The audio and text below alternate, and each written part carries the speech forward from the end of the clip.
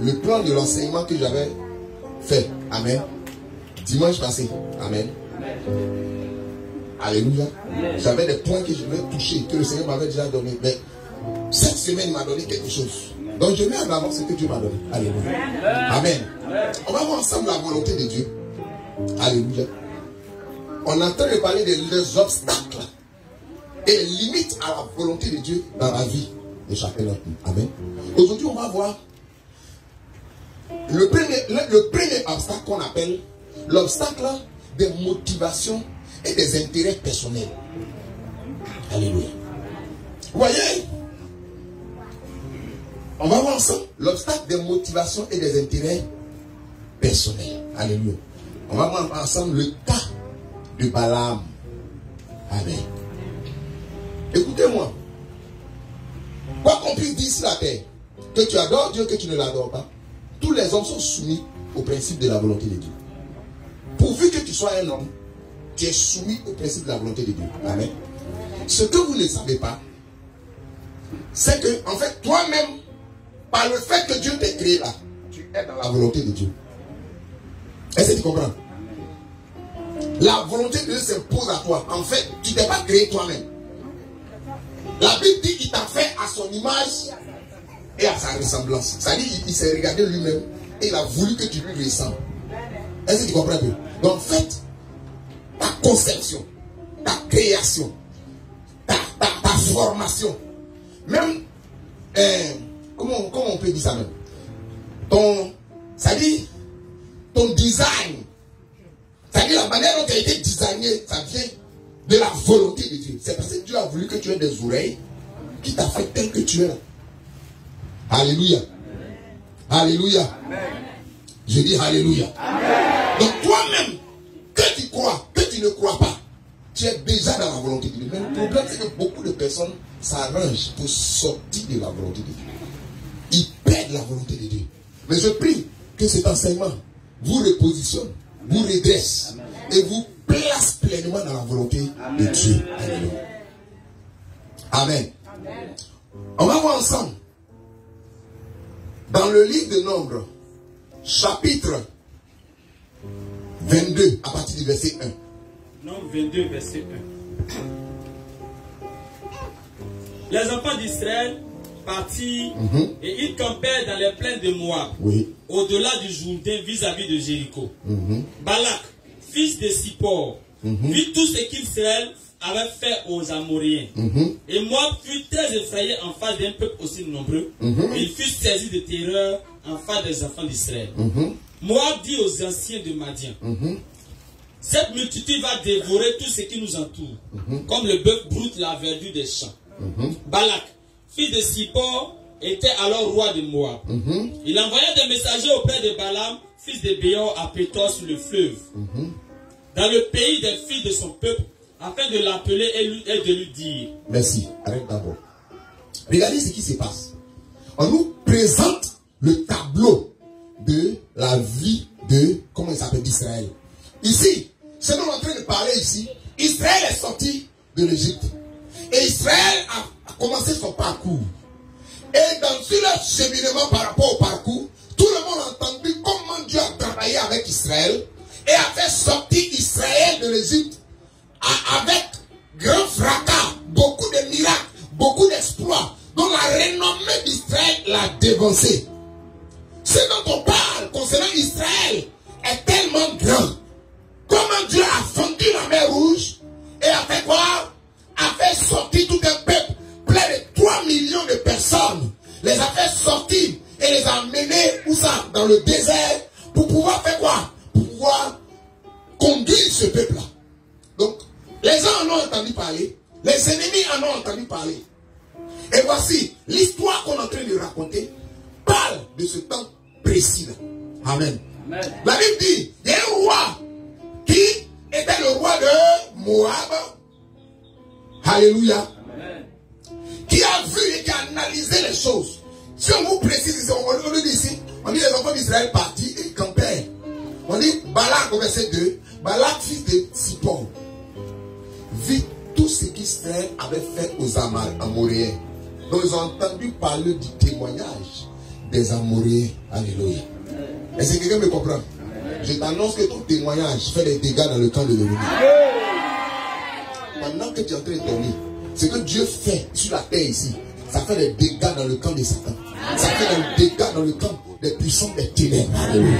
Ton témoignage, ou bien, d'abord ton témoignage, c'est que Dieu a déjà fait avec toi. Comment Dieu t'a sauvé? Ça fait des dégâts dans le camp de la sorcellerie. Alléluia. Ensuite, la Bible dit, Moab fut très effrayé en face du peuple de Dieu. Alléluia. Moab fut très effrayé en face du peuple de Dieu. Et la Bible dit, en face, au verset 3, Moab fut très effrayé en face d'un peuple aussi nombreux et fut saisi de terreur en face des enfants d'Israël. Est-ce que vous comprenez? Oh, c'est-à-dire, quand le roi de Moab regarde le peuple, il se rend compte que le peuple est tellement vaste, tellement nombreux. Ça lui donne une vision. C'est-à-dire la grandeur du peuple.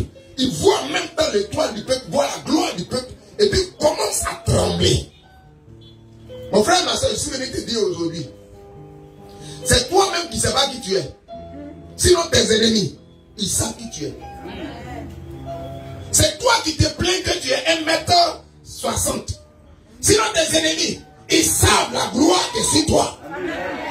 C'est toi qui te plains de tes faiblesses.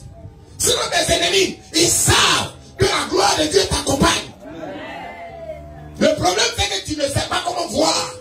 Aujourd'hui je veux que ta vision soit redressée par le Seigneur. Alléluia. En ce moment précis où ils étaient en Israël, Israël était dans le désert et manquait de beaucoup de choses. Toujours ils étaient en train de murmurer. Pour dire à Dieu, on ne gagne pas viande. Pour dire à Dieu, on ne mange pas melon. Tu vois, pendant qu'Israël à l'intérieur en train de lutter, pour dire Seigneur, on ne gagne pas ça, on ne gagne pas ça. L'ennemi est là-bas, quand il regarde Israël, il dit non, comment un peuple peut être béni comme ça? Comment un peuple peut être grand comme ça? Et puis, la Bible dit, au verset 4, moi, dit aux anciens, cette multitude va dévorer tout autour d'elle, comme des bœufs qui bouffent une verdure. Alléluia. Est-ce que vous comprenez? C'est-à-dire qu'on voit que le peuple là va prospérer, va s'élargir. Et si on prend attention, le peuple là va occuper tout l'espace et va les écraser. Il voit les lampes, il voit la gloire, il voit tout ce qui est en train de se passer. Je t'annonce aujourd'hui, je te déclare aujourd'hui, peut-être que tu ne sais pas. Mais juste, ta démarche, quand tu marches comme ça, ça fait des dégâts dans le camp de Satan. En Israël marchait, et puis l'ennemi regardait. Et puis l'ennemi fait des analyses. Et puis l'ennemi fait des prévisions. Et puis se rend compte qu'avec la démarche d'Israël simplement, ces prévisions sont gâtées. Je t'annonce et je te déclare, ta manière de marcher est un mystère de Dieu. Pour enseigner à ses ennemis, à tes ennemis, que Dieu va les frapper bientôt. Dieu va les écraser bientôt. Alléluia. La lutte d'Israël, la manière de marcher. Comment Israël s'arrête souvent, puis se lève, ils s'en vont. Ils épillaient tout ça. Mais dans leur esprit, ils savaient qu'ils étaient déjà vaincus. Mais il fallait qu'ils trouvent des techniques. Écoute-moi, c'est toi qui es en train de lutter. Sinon, tes ennemis savent qu'ils sont déjà vaincus. Les sorciers de ta famille savent qu'ils sont déjà vaincus. Écoute-moi, le doctorat sait qu'il a dit que tu l'as déjà eu. Ah, tu ne dis pas bien même. Je suis en train de parler à quelqu'un. Je dis, même la thèse, elle sait que tu l'as déjà validé. Avec mention. Écoute-moi, le mariage même sait que tu as été marié dans un mariage glorieux. Écoute-moi très bien, les puissants des ténèbres, écoute, même le chômage sait que tu l'as déjà vécu. Et c'est toi qui es en train de toi-même en train de lutter dans ton esprit. Sinon, Satan sait que c'est déjà fait. Il n'est rien. Il ne fait que trembler. Amen. Aujourd'hui, que ta mentalité soit changée. Que ta vision soit changée. Que ton cœur même soit changé et révolutionné. Arrête de te lamenter. Parce que Dieu prend soin de ce qui tu es. Dieu prend soin de ce qu'il va faire avec toi. Et Dieu accomplit son plan. Alléluia. Alléluia. Amen. Quand le diable voit ta destinée de loin, il ne peut pas rester tranquille. C'est pourquoi souvent les sorciers, là, tu peux les voir la nuit, ils font des réunions. Ils s'avancent l'idée. C'est juste parce qu'ils ont vu quelque chose qui est sur toi. Mais je t'annonce, il ne peut pas arracher. Il ne peut pas voler. Il ne peut pas t'empêcher. Je vais te montrer tout ce qu'il peut faire. Mais il ne peut pas venir t'arracher. Parce que l'Éternel t'a déjà donné. Écoute-moi, je m'en fous de là où tu dors. C'est pas mon problème. Le monsieur, on dit, il est venu sauver l'humanité. Fils de Dieu, il est né d'une crèche. Donc où tu dors là, c'est pas le problème de Dieu. Dieu est plus puissant que là où tu dors. Dieu est plus puissant que là où tu habites. Dieu est plus puissant que là où les hommes t'ont mis. On a mis Joseph dans la prison. Ça n'a même pas émis Dieu. Pourquoi? Il a confiance en sa puissance. Il a confiance en sa gloire. Il sait que, écoute-moi, prison ne peut pas enfermer la gloire de Dieu sur ta destinée. C'est quoi on va dire encore? C'est quoi on va dire encore? Maladie ne peut pas enfermer la gloire de Dieu dans ta vie. C'est quoi encore? Si on te prend, on t'envoie au village, ça ne peut pas enfermer la gloire de Dieu. Au contraire, ça fait que le chemin, si on t'envoie au village, ça fait que le chemin que tu vas parcourir pour atteindre la gloire de Dieu est encore plus glorieux. Alors ton Dieu va encore se manifester. Parce qu'il dit, là où tu es faible, c'est alors que sa gloire se manifeste. Donc le problème n'est pas là où tu es actuellement. Le problème n'est pas comment tu démarres. Mais moi je t'annonce que ton allure même est un mystère. Que souvent la faim te frappe. Et puis quand tu marches même, tu marches et puis tu parles comme ça, tu ne sais même pas tu parles. Écoute-moi, même l'ennemi tremble à cause de ça. Ça dit que tu as tellement faim et puis tu marches dans la rue. Ça dit que tu prends Abidjan, tu marches pour aller jusqu'à Bédéville. Et puis tu as faim, tu marches. Mais l'ennemi lui voit ça comme un mystère. Et puis il commence à voir ta destinée. Et puis il voit que lui ne peut pas tenir contre toi. Mais toi tu es en train de la monter. Mais la gloire de Dieu est en train d'opérer. La gloire de Dieu est en train de payer. Est-ce que quelqu'un veut croire en la parole de Dieu? Arrête de te lamenter. Dieu a déjà géré le dossier. Toi, tu n'es qu'en train de remplir les formalités. Tu remplis les formalités. Tu es juste en train de remplir les formalités. Mais Dieu a déjà géré tout. Parce que les gens qui sortent de l'Égypte, ils n'ont pas de richesse. Ils n'ont rien. Ils n'ont même pas encore un pays. Ils sont juste en transit. Mais l'ennemi est en train de trembler. Alléluia. Je t'annonce que le sort de tes adversaires sera très bientôt par le Seigneur. Dieu a déjà prévu leur dossier. Et ils sont en train de trembler. Alléluia. Alléluia. Alléluia. On va lire le passage suivant. Alléluia.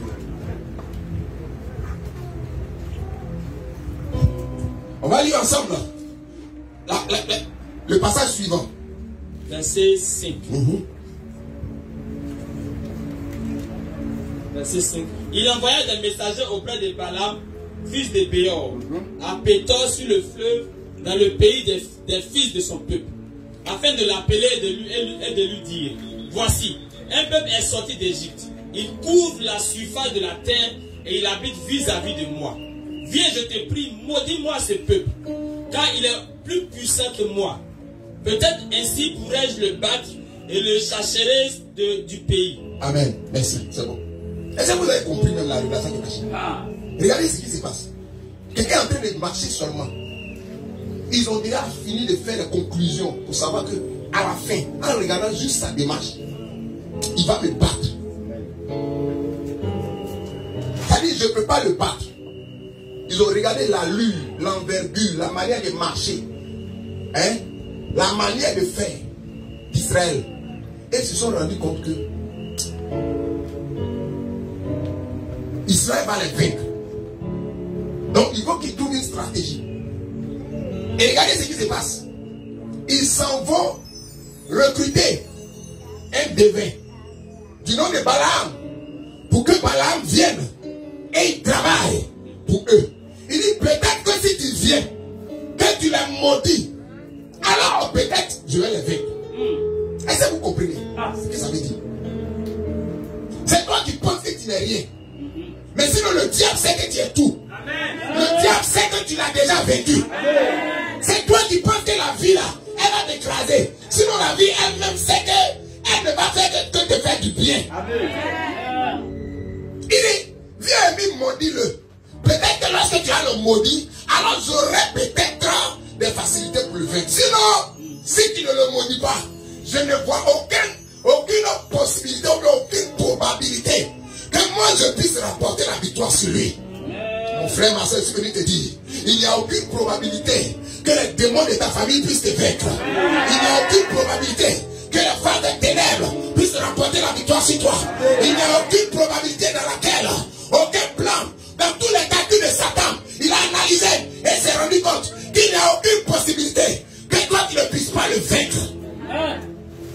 ça le plan de Dieu.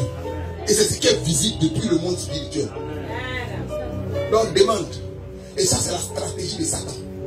Le Seigneur Jésus en a parlé dans Apocalypse. On appelle ça la doctrine de Balaam.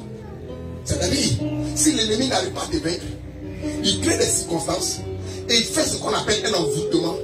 Il fait ce qu'on appelle une incantation dans le monde spirituel pour affaiblir ton potentiel spirituel. Et venir faire quoi? Créer des interférences dans le monde spirituel afin que toi, lorsque tu es déconnecté, tu commences à poser des actes, de mauvais actes, et que ton Dieu qui est avec toi là puisse se lever pour être contre toi, pour te frapper. Sinon, il n'y a aucun moyen par lequel lui, en attaque frontale, il puisse remporter la victoire.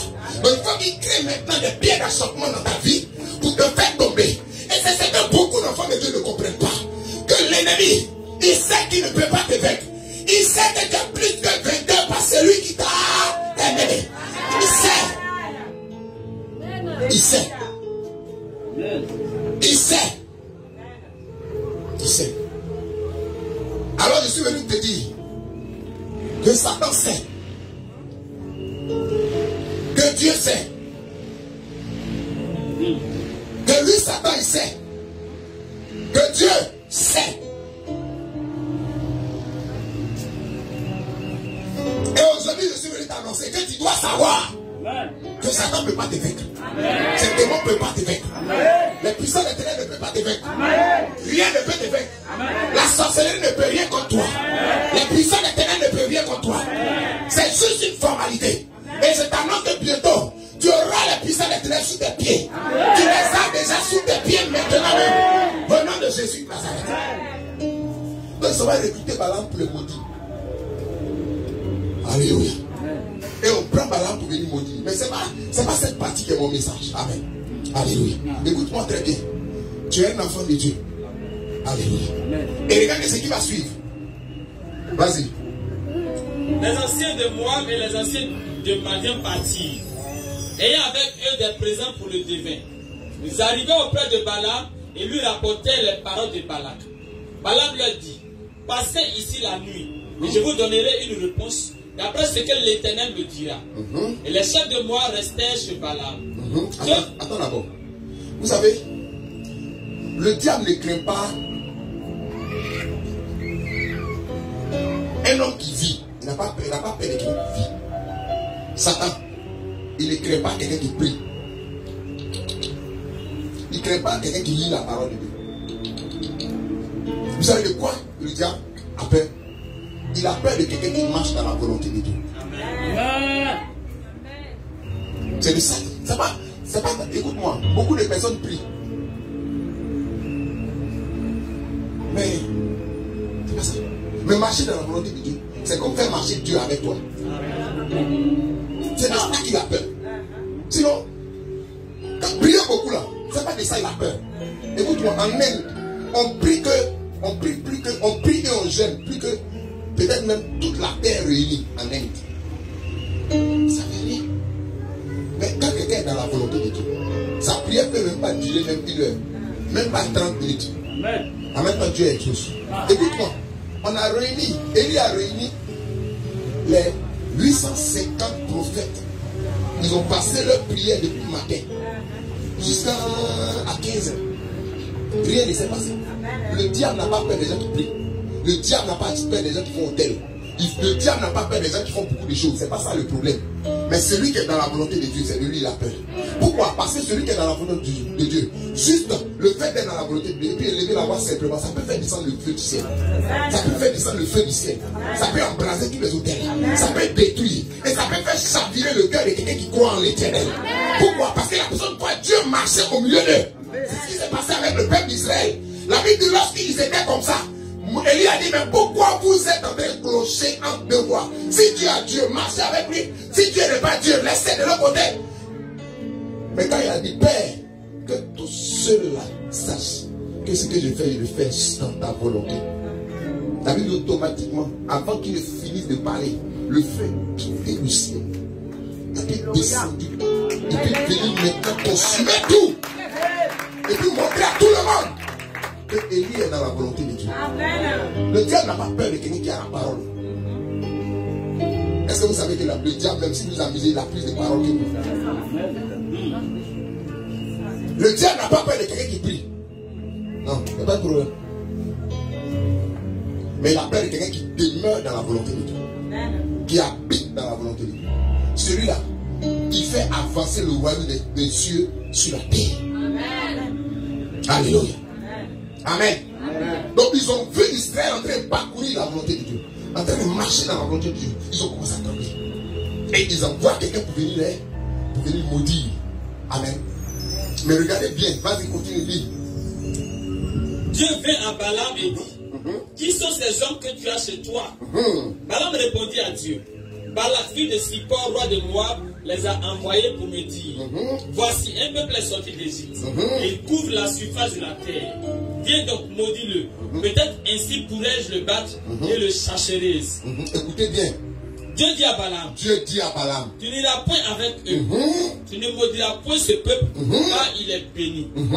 Balaam se leva le matin et il dit écoutez bien la parole que Balaam va dire. Et il dit au chef de Balak, allez dans votre pays, car l'Éternel refuse de me laisser aller avec vous.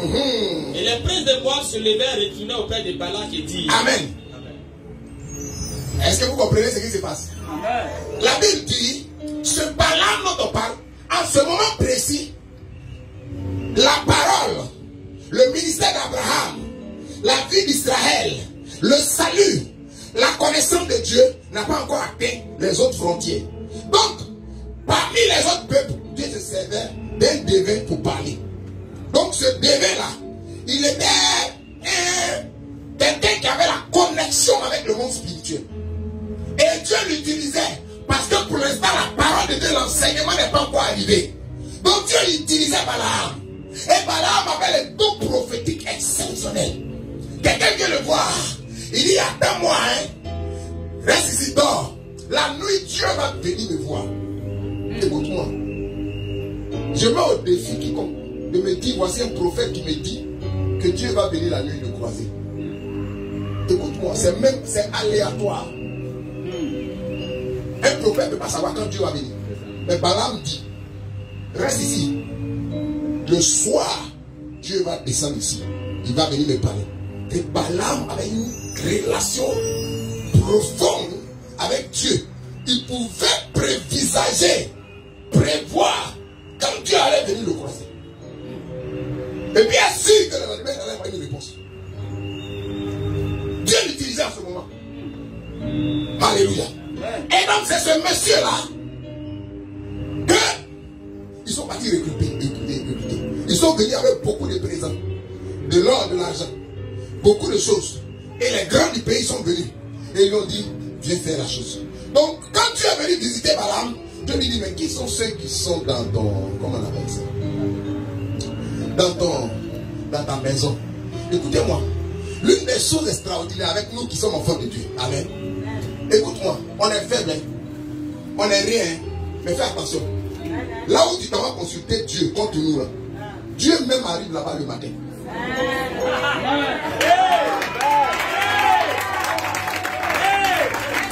C'est-à-dire, ceux-ci quand tu comptes pour venir nous attaquer là, Dieu même est là-bas. Le Dieu que nous prions là-bas, c'est lui qui te libère là-bas.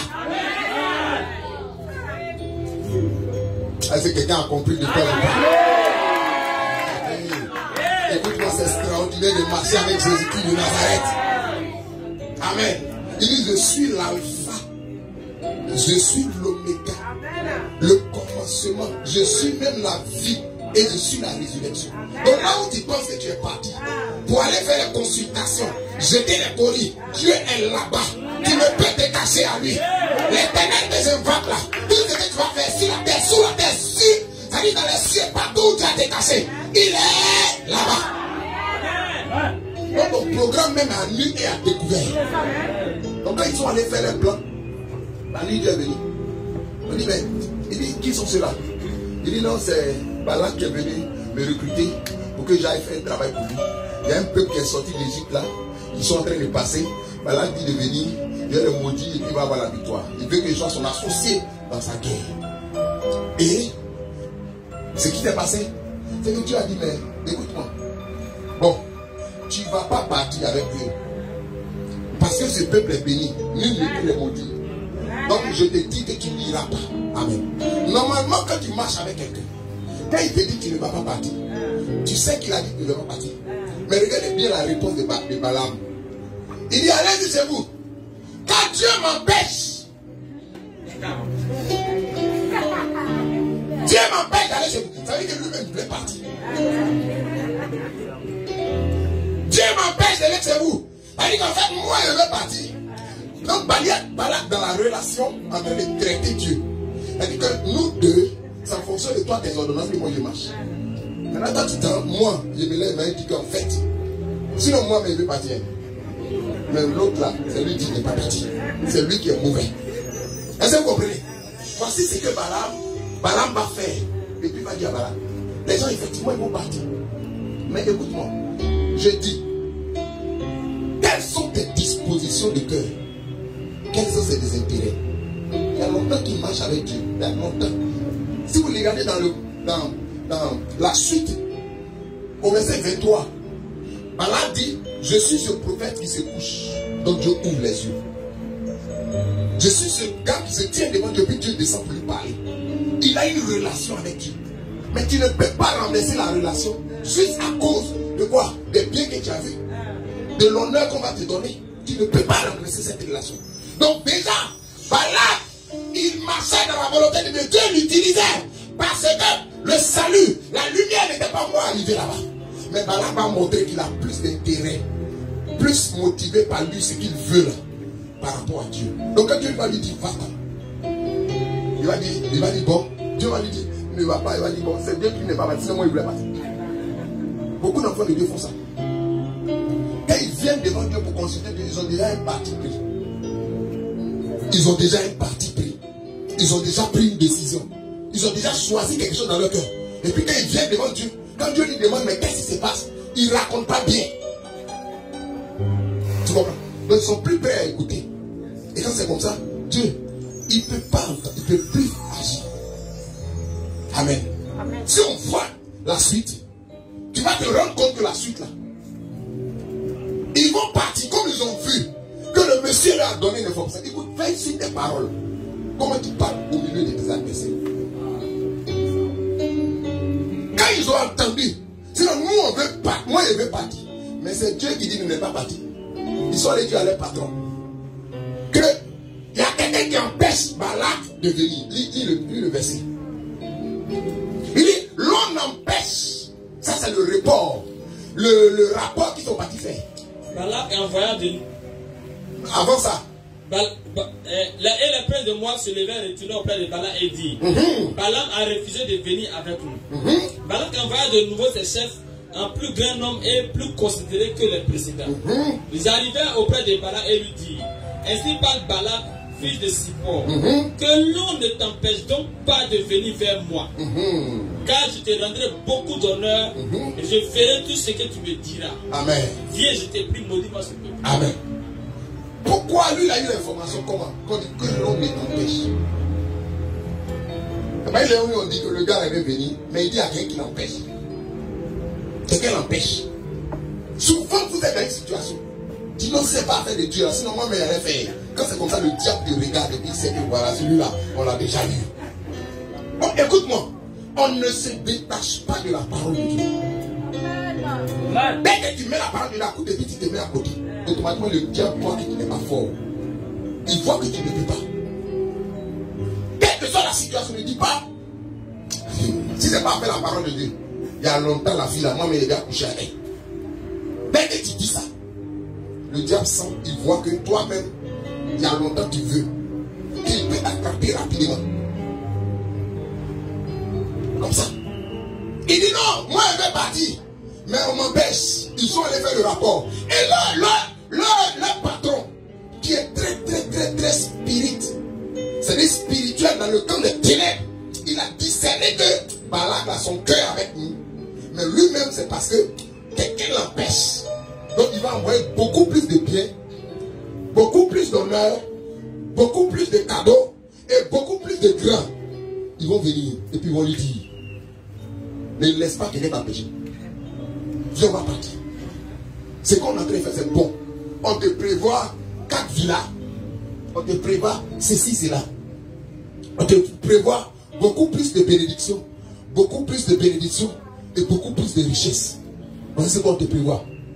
Maintenant, regardez ce qui va se passer. Écoutez-moi très bien. Je vais vous dire une chose. Le Dieu que nous adorons n'est pas radio, fréquence 2 ou bien nostalgie. Est-ce que tu comprends? Le Dieu que nous adorons n'est pas LMTV et n'est pas Live TV. Pour que quand Dieu parle, on fasse les diffusions.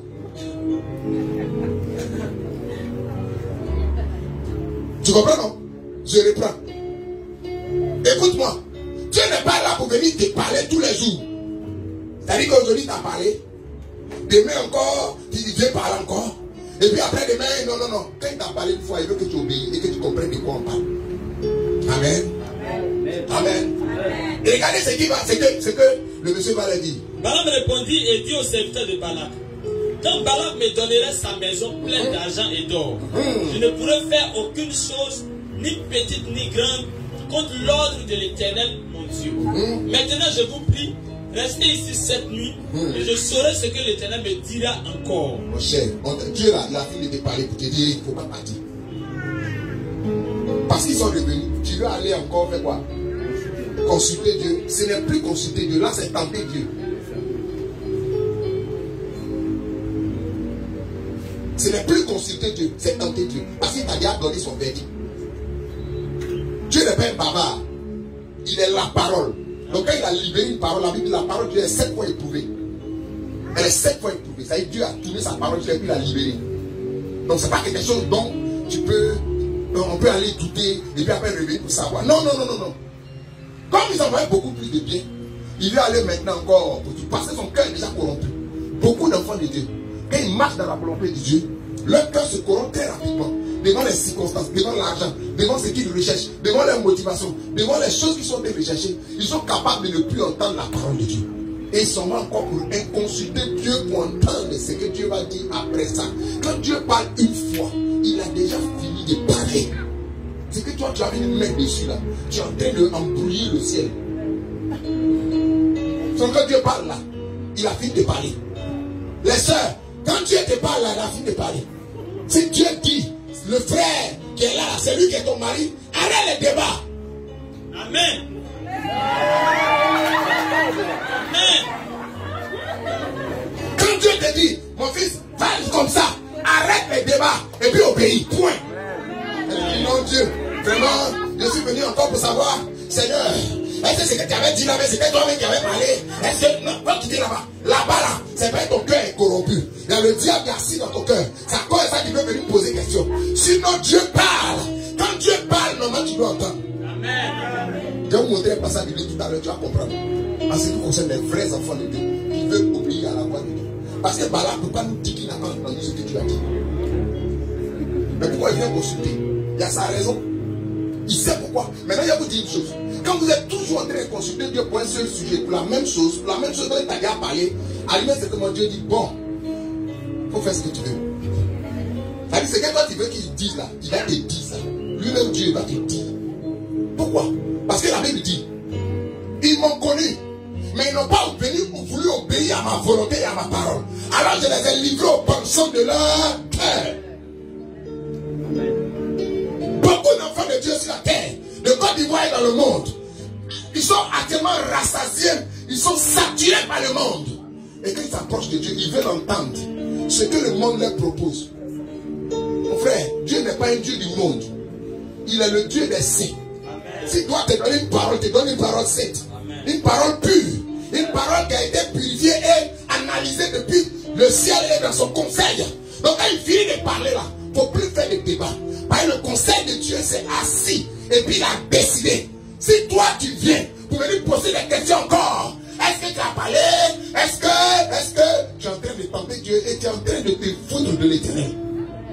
Tu te fous de son royaume. Quand il a fait ça, Dieu dit, faut partir. Amen. Si vous lisez bien le passage, on dit, comme on n'a pas le temps, il dit, faut partir. Le lendemain, il s'est réveillé. On dit tôt le matin, ça dit il n'a même pas attendu un peu. Tôt le matin, il s'est levé et puis il est parti. La Bible dit, l'Éternel s'enflamma de colère. Alors, je suis venu te dire, il y a une autre facette de Dieu que tu ne connais pas. Il y a une partie où quand il a fini de te parler, et puis toi, tu insistes jusqu'à un certain moment, tu veux faire, tu veux faire. Il dit qu'il faut faire. Mais quand Dieu te dit qu'il faut faire et qu'il n'est pas d'accord, la Bible dit, quand il te dit ça, en même temps, son cœur s'enflamme de colère pour toi. C'est comme ça qu'il marche.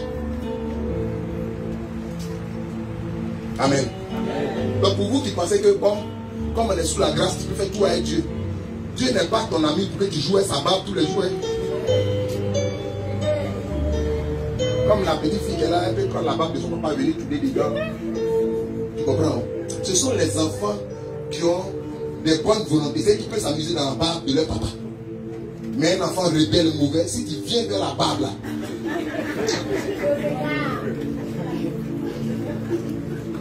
il reste rien dans la maison, tu veux venir t'amuser dans la barbe du père. C'est les fils dignes. C'est eux qui ont l'autorisation de venir s'amuser à la barbe. Tirer un peu. Mais c'est quel artisan de barbe ça? C'est quoi ça? Il te laisse ça parce que tu es digne. Mais si tu sors de là, tu tues son fils, hein? Mais tu n'as plus le droit de toucher sa barbe. Parce que tu ne sais pas comment tu marches avec ton papa. La Bible dit, Dieu lui dit, va-t'en. Il a pris ses moyens, il est parti. Quand il partait, Dieu a mis un ange pour le frapper. Je vais raccourcir. Bien un ange pour le frapper. Sur la route, il a frappé un ange. L'ange s'est mis, il a commencé à parler. Là, il s'est positionné. Écoute-moi. Souvent, les gens disent que non. Si tu vois que Dieu a frappé là, c'est parce qu'il a été rebelle près de 10 fois, plus de 10 fois. Si tu lis la Bible, tu te rends compte. Il ne faut pas dire que non, à sa première erreur, Dieu l'a frappé. C'est jamais ça. Dieu lui a parlé une fois, il n'a pas écouté. Deuxième fois, Dieu lui dit il faut partir. Troisième fois, la Bible dit Dieu va ouvrir les yeux de son âne. Son âne. Âne là, ça représente aussi actuellement la voiture. On dit ne pas partir au village, toi tu dis au village. Le cas que tu en prends dans ces cartes. Tu ne comprends pas que c'est un message. Tu es dedans quand même. On s'en va au funérailles. Aujourd'hui on va faire tonnerre. Écoute-moi, le cas qui se cache, c'est un message de Dieu pour te parler. Amen. Quand les gens venaient parler, je me souviens de quelqu'un qui m'a raconté son témoignage. La personne était en Italie. Elle veut venir à Abidjan. Elle dit elle vient se marier à Abidjan. Hein? Les choses se sont mélangées. On lui a dit qu'il ne faut pas partir. Ça, là, ça veut dire que la personne est venue. C'est ça, non? On va demander Goumé qui est arrivé à la personne. Goumé qui est arrivé à la personne. Ce n'est pas de cette personne qui est là. Écoutez-moi. Il y a des choses que tu veux faire là. Les événements, les circonstances. La Bible dit Dieu parle tantôt d'une manière, tantôt d'une autre. Et l'on ne lui prend pas garde. Dieu parle une fois par sa bouche. Dieu parle pour le reste du temps par les événements, les circonstances. Et même il veut parler par quelque chose même qui doit te parler sans que ça n'ait l'autorisation de parler. Mais tu vas pas écouter. Tu luttes.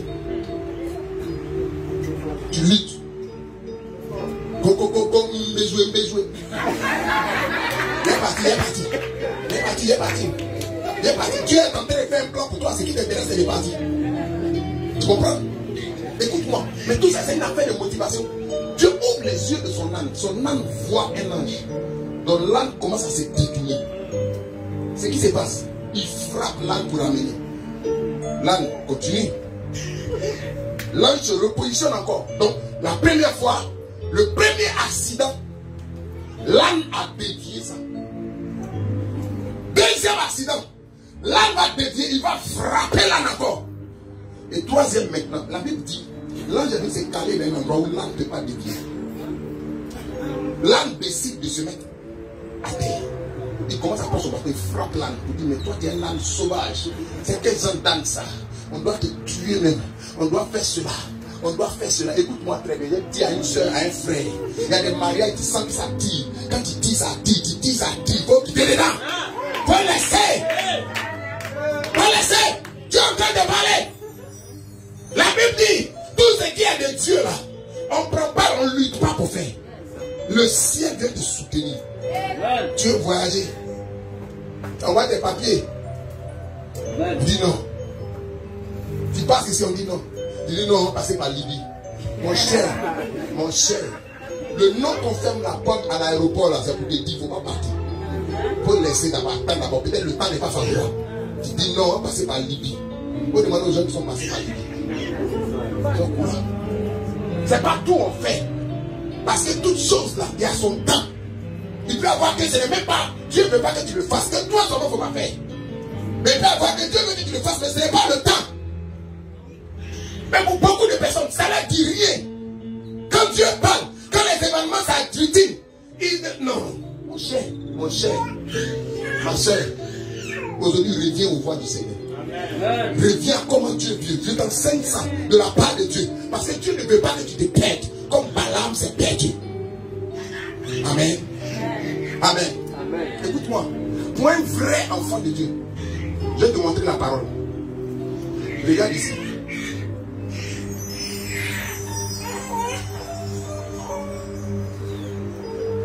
Somme 62, à partir du verset 12, au verset 12. Je vais te montrer la parole. Tu ne peux pas me dire que, non, quand Dieu a parlé, la main n'est pas bien entendu. Un enfant de Dieu qui a les bonnes motivations ne peut jamais dire ça. Mon fils, un enfant de Dieu qui a les bonnes motivations ne peut jamais dire que Dieu a parlé, n'a pas entendu. Somme 62, verset 12. Somme 62. Ça, c'est David qui parle. Lis. Verset 12. Dieu a parlé une fois. 2 fois j'ai entendu ceci. Amen. Oui, vas-y. C'est que la force est à Dieu. Alléluia. Vous comprenez ce que ça veut dire? Et quand Dieu parle une fois, un vrai enfant de Dieu, qui est un disciple de Dieu, il entend 2 fois. Amen.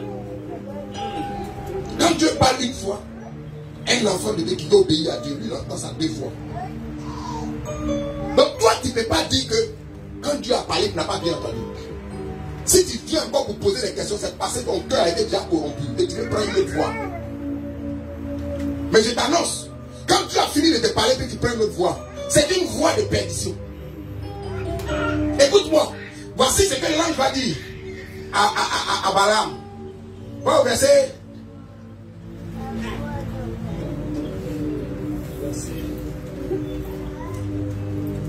Verset 24.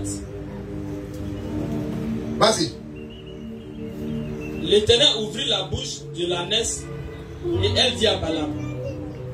Verset 24. L'ange de l'Éternel se plaça dans un sentier entre les vignes. Il y avait un mur de chaque côté. L'ânesse vit l'ange de l'Éternel, elle se serra contre le mur et pressa le pied de Balaam contre le mur. Balaam la frappa de nouveau. L'ange de l'Éternel se plaça plus loin et se plaça dans un lieu où il n'y avait point d'espace pour se détourner à droite ou à gauche. L'ânesse vit l'ange de l'Éternel et elle s'abattit sur Balaam. La colère de Balaam s'enflamma et il frappa l'ânesse avec un bâton. L'Éternel ouvrit la bouche de l'ânesse et elle dit à Balaam, que t'ai-je fait pour que tu m'aies frappé déjà 3 fois? Balaam répondit à l'ânesse, c'est parce que tu t'es moqué de moi. Si j'avais une épée dans la main, je te tuerais à l'instant. L'ânesse dit à Balaam, ne suis-je pas ton ânesse que tu as de tout temps monté jusqu'à ce jour? Ai-je l'habitude de te faire ainsi? Et il lui répondit non. L'Éternel ouvrit les yeux de Balaam, et Balaam vit l'ange de l'Éternel qui se tenait sur le chemin, son épée nue dans la main, et il s'inclina et se prosterna sur son visage. L'ange de l'Éternel lui dit, pourquoi as-tu frappé ton ânesse déjà 3 fois? Voici, je suis sorti pour te résister, car c'est un chemin de perdition qui est devant moi. L'ânesse m'a vu, et elle s'est détournée devant moi déjà 3 fois. Si elle ne s'était pas détournée de moi, je t'aurais tué et je lui aurais laissé la vie. Balaam dit à l'ange de l'Éternel, j'ai péché, car je ne savais pas que tu t'étais placé au-devant de moi sur le chemin, et maintenant, si tu me désapprouves, je m'en retournerai. L'ange de l'Éternel dit à Balaam, va avec ces hommes, mais tu ne feras que répéter les paroles que je te dirai. Amen. Et Balaam alla avec les chefs de Balaam. Alléluia. Vous avez entendu? Ça veut dire que l'ange lui a dit, quand il s'est calé là, il s'est mis dans une position où personne ne peut empêcher qu'il fasse ce qu'il a fait. partait en voyage. Un premier virage. Le chauffeur a été vraiment fort, il a bloqué. Écoute-moi, il y a un virage où il ne pourra pas bloquer. Donc si tu es sage, il faut descendre des mains. Amen. Parce que tu es dans un véhicule là. Ça conduit à ta mort. La Bible dit, belle voie paraît droite aux hommes. Mais son issue, c'est la mort. Tu es sur un chemin mauvais. Et quand il va ouvrir les yeux, il va dire, en fait, il y a longtemps, il cherche à te frapper. Mais ton âme t'a sauvé. Mais ici, venu me mettre à un carrefour où là, il te frappe et tu meurs. Pourquoi? Si vous lisez bien, on dit, mais c'est qu'écrit, il dit quoi? Car tu es sur un chemin de perdition. Écoute-moi. Même quand Dieu veut frapper quelqu'un qui l'aime, c'est pour que il ne demeure pas dans le chemin de la perdition. Amen. Et les gens, par leur propre choix, ils vont toujours dans le chemin de la perdition. Donc Dieu veut les frapper parce que Dieu a une bonne relation avec le monsieur. Enfant de Dieu, te dit, sortez des chemins de la perdition. Les fiançailles bizarres qui étaient dedans depuis, on commence aujourd'hui, demain après on renverse, après on commence, maintenant on renverse, après on commence, après on renverse, après on commence, c'est toujours bizarre, il y a toujours quelque chose de tendu dedans, quelque chose de bizarre. Tu ne comprends pas, mais Dieu dit de quitter là-bas. Il dit, il est de frapper car c'est un chemin de perdition. Écoutez-moi, tout chemin de perdition, il y a la mort de l'homme. Parmi les 12 disciples de Christ, il y a un là, il vivait une vie. Il s'est embarqué dans le chemin de la perdition. Et il a été frappé à mort. Enfant de Dieu, la volonté de Dieu est la garantie de ta vie. Amen. La garantie d'une vie réussie, c'est la volonté de Dieu. Amen.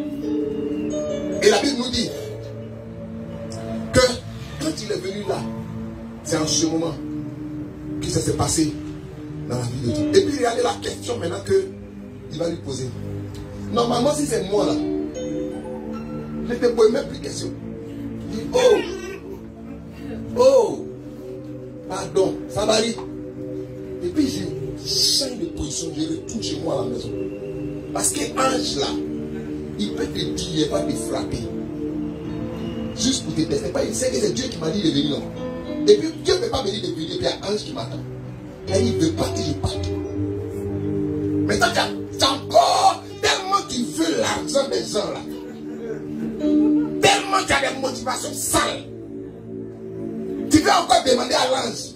Si tu veux là, faut me dire là, je ne vais plus partir. Écoute-moi, écoute, prière que tu fais. Tu dis, si tu veux là, c'est les gens qui sont les rebelles et qui ne veulent pas suivre Dieu. C'est eux qui sont en train de demander à Dieu si tu veux. Non, on ne demande pas à Dieu si tu veux. Un vrai enfant de Dieu, il n'est pas dans ce qu'il veut. Alléluia. Il dit non, si tu veux encore. Là, il va lui dire, bon, ok, tu peux partir avec eux. Moi, même si on m'a dit, je suis venu, on dit, ange m'attend, je ne vais plus. Je ne suis pas dans la volonté de Dieu. Je quitte là. C'est comme ça on marche. C'est comme ça. Écoute, la volonté de Dieu, c'est la garantie de ta vie. Amen. Alors quand tu as l'assurance que Dieu est avec toi, tu peux partir. Mais si tu as l'assurance que Dieu ne veut pas que tu partes, il ne faut pas lui poser la question si il veut partir. Non. Dans la vie des hommes, il y a ce qu'on appelle le libre arbitre.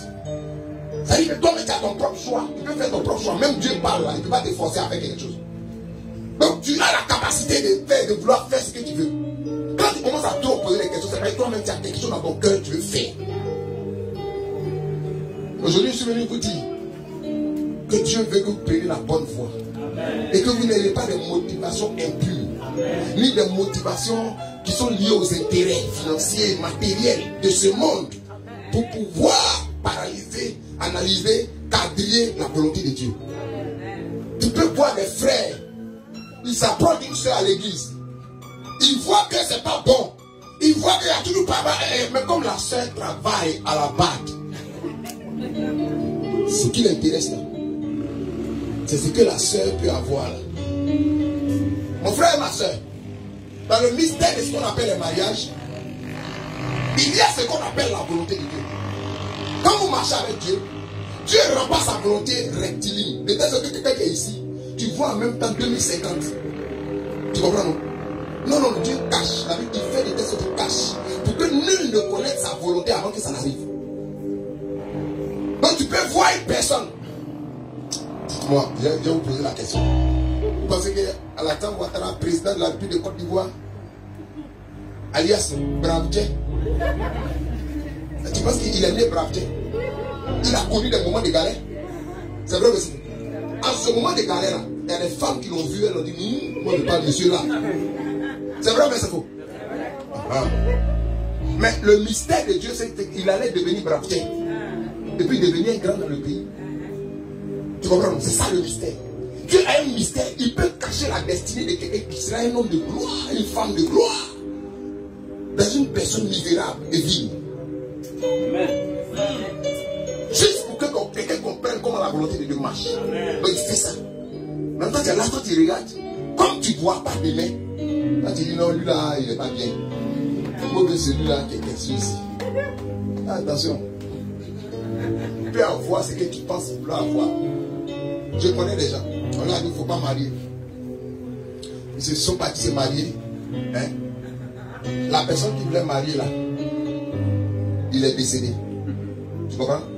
Tu te retrouves bredouille. C'est pas ça? Je connais d'autres aussi. On leur a dit qu'il ne faut pas marier. Il dit oui, je veux. Et puis ils sont partis marier. Et puis lui-même il est mort dedans. Tu comprends, non? Et il partait, on dit qu'il ne faut pas faire. Lui-même il est resté dedans. Mon frère, ma soeur, la volonté de Dieu, c'est le seul domaine dans lequel tu vas aller et puis tu ne vas pas mourir. Amen. Même si on te prend pour te mettre dans une fournaise ardente, il dit je serai avec toi pour te faire sortir. Amen. Ceux qui t'ont jeté dans la fournaise, eux-mêmes vont mourir. Mais toi, Dieu va faire que tu ressortes. Il dit même si on te fait passer par la vallée de l'homme de la mort, je serai avec toi. Je vais faire que tu vas sortir. La volonté de Dieu, c'est le seul domaine de garantie d'une destinée luxueuse, une destinée bénie, une destinée prospère, une destinée de gloire.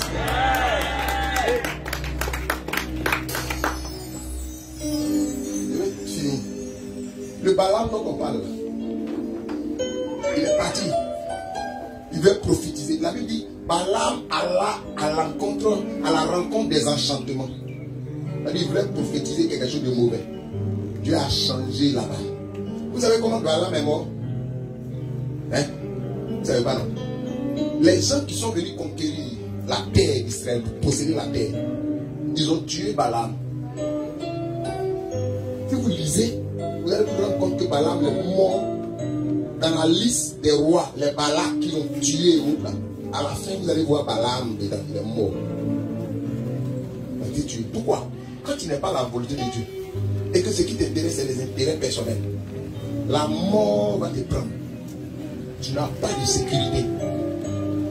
Je suis venu aujourd'hui interpeller un enfant de Dieu, une personne qui veut marcher avec Dieu, pour lui dire que ta sécurité se trouve dans la volonté de Dieu. Amen. Le diable peut te proposer ce que tu veux. On peut même te corrompre. Tu peux voir l'argent, l'or et l'argent. Tu peux voir tout ce que tu veux. Mais garde-toi de rentrer là-bas. Parce qu'il y a la mort dedans. Mais si tu te mets dans la volonté de Dieu, tu ne tentes pas Dieu en voulant écouter deuxième fois, écouter troisième fois, quatrième fois, entendre comment Dieu va parler d'abord. Seigneur, non, toi-même tu sais ce qu'il veut, mais tu veux encore lui poser des questions. Nous-mêmes, entre nous les hommes ici, c'est foutaise. Il a fini de te dire ce qu'il veut, tu viens encore me demander encore. C'est foutaise. Après, il faut que Dieu qui est Dieu.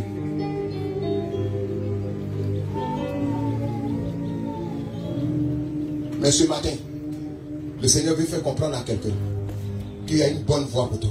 Amen. Où tu es, le diable peut faire son plan. Il peut faire ses stratégies. Il peut recruter les Balaam 10 fois, 15 fois. Mais écoute-moi, ils ne pourront prophétiser que ce qu'ils sont en train de prophétiser. Ils ne pourront prophétiser que ce que Dieu va mettre dans leur bouche. Alléluia. Quel que soit le nombre de personnes qui sont autour de toi, comme actuellement nous sommes à l'église ici, il y a des gens qui sont autour de nous.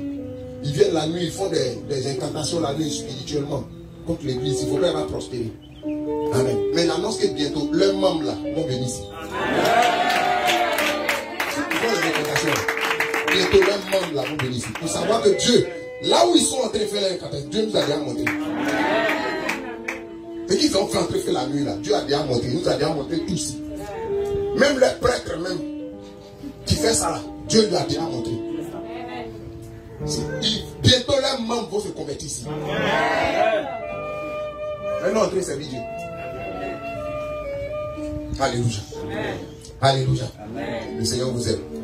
Et Dieu nous bénisse. On va prier. On va prier. Tiens-toi debout. Si tu as reçu la parole de Dieu, tu peux acclamer le Seigneur.